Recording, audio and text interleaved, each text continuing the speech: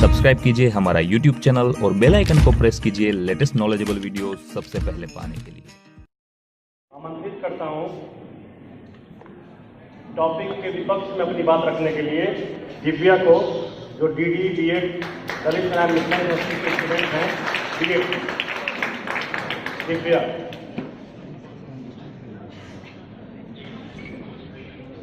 सभा में उपस्थित विद्वजन और सभा में समागत सज्जनों, मौलाना आजाद उर्दू नेशनल यूनिवर्सिटी द्वारा आयोजित वाद विवाद का विषय है कि हमारी वर्तमान शिक्षा व्यवस्था सामाजिक चुनौतियों का सामना करने में विफल रही है।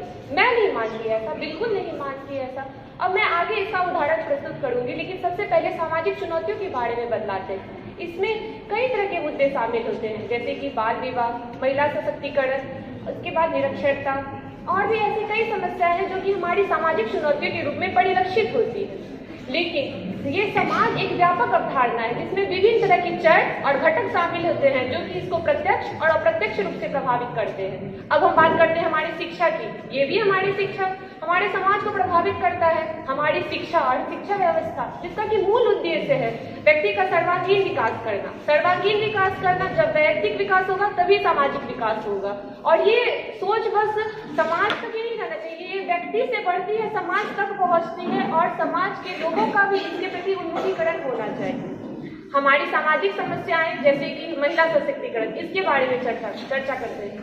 हमारे देश में महिलाओं की साक्षरता दर 2011 में जो जनगणना हुई थी उसके अनुसार 68.56% है, जो कि 2001 के अनुसार 11% की वृद्धि के साथ है। जहाँ की सोचिए हमारे बिहार में स्त्री शिक्षा का नगण्य स्थान था, स्त्रियों को पढ़ने का स्थान नहीं था, पढ़ नहीं पाती थी। आज वो 68% की रेट पे पहुंच गई है, तो ये तो बहुत बड़ी बात है। मैं गणित की छात्रा हूँ, इसीलिए गणित के आंकड़ों को प्रस्तुत कर रही हूँ, क्योंकि गणित क्या हमें सिखाता है कि वो शून्य से शुरू होता है और अनंत तक जाता है। अभी किन्होंने कहा कि एक महिला है या दो महिला है जो कि अंतरिक्ष में जा रही है, डॉक्टर है या वैज्ञानिक है या कुछ नहीं। लेकिन सोचिए अगर ये जीरो से शुरू होंगे और अनंत तक जाएंगे तो इस निराशा भरी सोच का तो कोई स्थान नहीं होना चाहिए, वो तो दिनों दिन बढ़ती ही जाएगी। अब बात करते हैं बाल विवाह की। बाल विवाह में आज महिलाएं खुद इतनी ज्यादा साक्षर हो रही है कि वो इसका विरोध करती है कि हमारी शादी का कम उम्र में होगी तो ये हमारे लिए और आने वाली पीढ़ी के लिए भी घातक होगा। इसी कारण यूनिसेफ का जो रिपोर्ट आया उसमें बाल विवाह की दर में 50% से 27% की कमी आ गई है, जो कि पहले 50% था, अब 27%। धीरे धीरे ही कोई परिवर्तन होता है, अचानक तो कोई परिवर्तन नहीं हो जाता। सोचिए कृष्ण पक्ष से शुक्ल पक्ष तो तुरंत नहीं आ जाता। अब बात करते हैं हम दूसरी चुनौती की, जैसे कि निरक्षरता। पहले गांव में पत्र पढ़ाने के लिए किसी दूसरे पुरुष पर निर्भर करना पड़ता था और दूसरे के पास जाना पड़ता था। लेकिन आज जो 30 जून 2015 को इकोनॉमिक टाइम्स ने रिपोर्ट निकाली अपने सर्वेक्षण में, उसमें 71% ग्रामीण साक्षर निकले और 86% शहरी क्षेत्र के लोग साक्षर निकले। तो फिर हम कैसे कहें कि हमारी शिक्षा व्यवस्था ने सामाजिक चुनौतियों का सामना नहीं किया।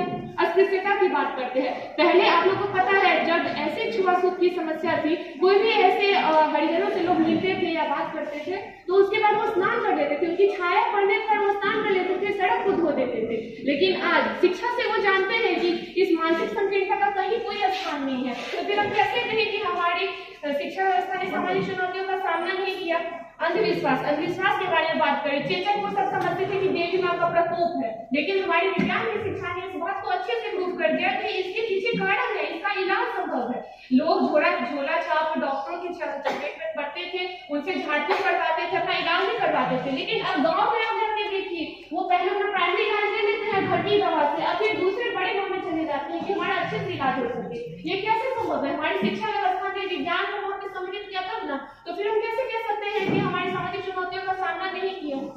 अगर हम बस शिक्षा व्यवस्था को जिम्मेदार माने तो ये तो बिल्कुल ही अनुचित है। अनुचित इसलिए है क्योंकि हमारी सरकार द्वारा जो सकल घरेलू उत्पाद का मात्र 2% हिस्सा हमारी शिक्षा पर खर्च किया जा रहा है। अगर सोचिए अगर सारी परिस्थितियां अनुकूल हो जाए, जबकि वही संरचना पर 4% की वृद्धि हुई है, अगर सारी परिस्थितियां अनुकूल हो जाए, सारे का जो माहौल है इसको वो इसके अनुकूल रहे, तो हमारी शिक्षा व्यवस्था कितनी सुदृढ़ होगी और हमारी सामाजिक चुनौतियों का कितने अच्छे से सामना करेगी।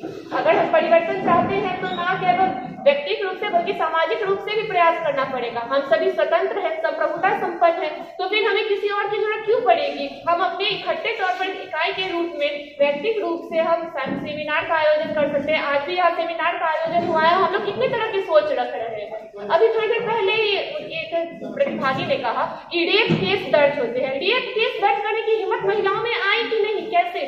पहले तो नहीं थी, इतनी हिम्मत तो नहीं थी कि वे रेप केस जाके दर्ज कर पाए, अपनी भावनाओं को कि उनके साथ शोषण हुआ ये बात समाज के सामने रख पाए। लेकिन आज वो रख रही है, रजिस्टर हो रहे हैं। तो ये बात तो हमें ध्यान देनी चाहिए ना। परिवर्तन सहसा नहीं होता, समय अवश्य ही लगता है। दूध को दही जमने में, या फिर सोचिए अगर मौसम का देख ले तो जाड़ा से गर्मी, गर्मी से वर्षा और वर्षा से ठंडा आने में फिर से समय लगता है। तो इसके लिए सभी का सहयोग अनिवार्य है और केवल हमारी शिक्षा व्यवस्था को दोष देना बिल्कुल ही गलत है। और शिक्षा व्यवस्था इसमें पूर्ण रूप से बहुत हद तक सफल है और आगे और सफलता की कामना की जा सकती है।